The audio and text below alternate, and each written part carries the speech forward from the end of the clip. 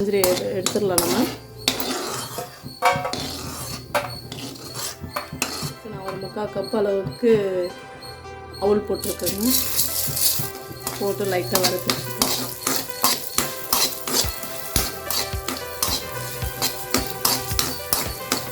புரிஞ்சிருச்சுங்க. இப்போ எடுத்துகிட்டு நம்ம லைட்டாக ஒரு மிக்சியில் வந்து பல்ஸில் வச்சு ஒரு இது இடித்து எடுத்துக்கலாம். நான் இப்போ பால் எடுத்துக்கிறேங்க.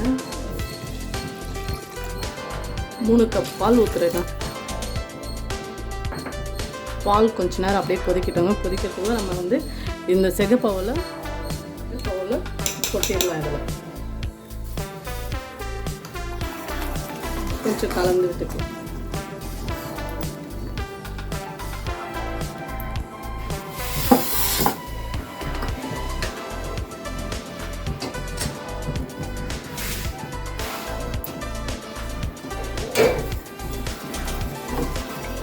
அவ்வளோதாங்க, வெல்லம் கரைஞ்சிடுச்சு.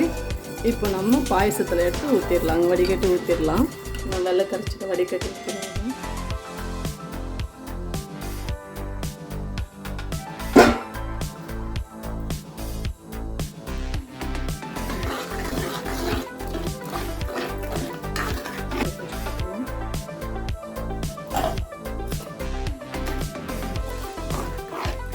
ஒரு 2 நிமிஷம் கொதிக்க விடுவோங்க.